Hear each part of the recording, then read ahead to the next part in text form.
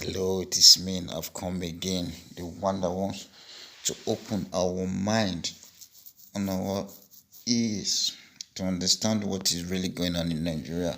Some of the little things that we feel they're not important that we really need to look into and take into consideration. Please, I want to really talk about something that is very, very annoying and painful. I want to talk about this fake news that the Nigeria lawmakers are really talking about, even the National Advisor for Security and Media, whatever, to the Nigerian president. I overheard them saying that the Nigeria lawmakers should do something about fake news carrier on social media and wherever. What I want to talk about is that it's just so painful and annoying that with the number of life that is being lost in Nigeria, that is being number of people that is being killed in Nigeria as each day goes by, that these people are not taking it into consideration. They're just so concerned about, because this is the only way and medium that people talk to them without respect or fear, without having this fear that somebody is going to come after them. That's why any small thing they start taking it. Mr. Amechi or whatever you call yourself, if you have a problem with anybody, I think you should go to the person and settle your scores with the person. Yes, that is the fact, because now you saying is a fake news. I believe by now the Nigerian media and the ADC to Nigerian president must have seen the message from the leader of so-called Boko Haram in Nigeria that is sent to Nigeria president. If the first citizen of Nigeria can be threatened, can be sent such a message, so what is the life of Nigeria like?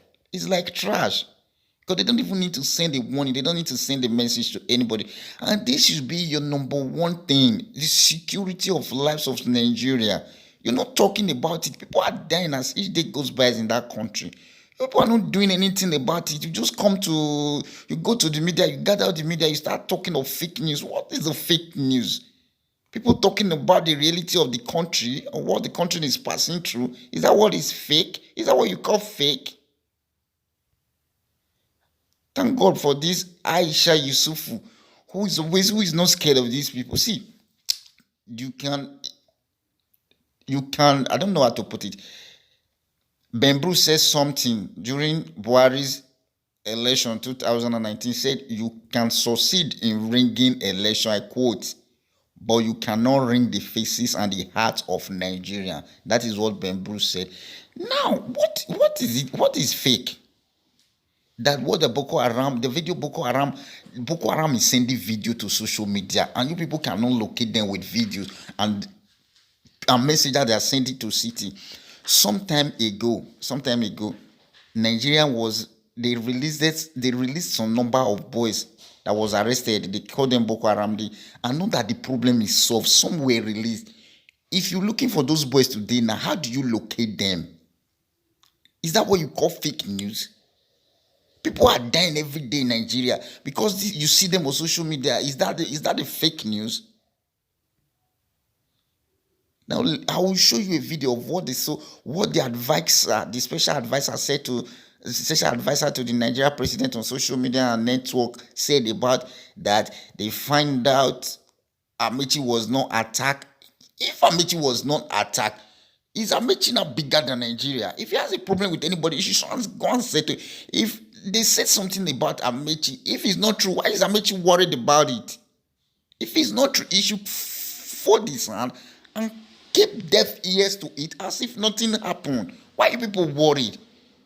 Is Amechi better than the 10,000 and hundreds of Nigerians that are dying every day? A few days ago, 8 were killed in Oboru, Delta State, by Fulani men, people that went to farm to sort for their own daily bread. They couldn't come back. They were not buried. Nobody's talking about it. Somebody's talking about Amechi that was attacked in the train. Somebody that is eating Nigerian money, going with thousands of security. Is that why people are not doing anything about it? Or is it the video that is sent to Nigeria to warn the Nigerian president that if they see him, imagine the first citizen of Nigeria being threatened to be killed, nothing is done? So that takes you to how many Nigerians are dying every day. That should be your concern. That should be the concern of Nigeria, not fake news. There are like better things, bigger things to think about Nigeria than talking about fake news. Even the Senate are thinking very soon now they will take it. They will say they want to place a penalty on fake news. Just imagine. You've not placed a penalty of people that is killing people. How many Fulani X-men, how many Fulani X-men has been brought to book? How many Fulani X-men has been sentenced to death? When you see a man kill his wife, sentenced to death, a woman kill his husband, sentenced to death. Fulani X-men has killed number of men and women. We have not seen anybody sentenced to death. Boko Haram have killed enough men and women, children. We have not seen any sentenced to death. Very soon now, you will tell us that anybody that carries fake news will sentence him to death. You Nigerian leader, you Nigerian lawmaker, you Nigerian minister, you people need to think. You people need to start reasoning. If you don't have brain, I think you seek for an advisor. Let me show you a video of this man talking about how Amechi was attacked, how they spread a fake news that Amechi was attacked and Amechi was never attacked.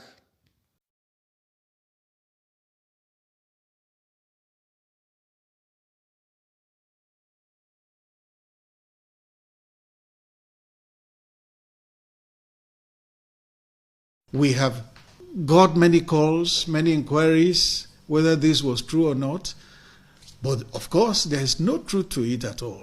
It's just the handiwork of mischievous people who want to cause disaffection, dissatisfaction in the country. We know that Nigeria has been passing through challenging times in the past couple of weeks, particularly due to security challenges. Now they have added disinformation to it. Transportation Minister was said to have been attacked at Rigasa in Kaduna. He has denied it. The Air Force was alleged to have killed 250 insurgents. They have denied it. Zara, the daughter of the president, was said to have got a job through the back door as a deputy manager at the Petroleum Products Pricing Regulatory Agency. There is no truth to it. Merchants of falsehood are on the prowl, and they don't mean our country any good. People who are designing should please note that they are out for disaffection, and be careful. Be careful what you accept, be careful the information you consume, and then the information you share.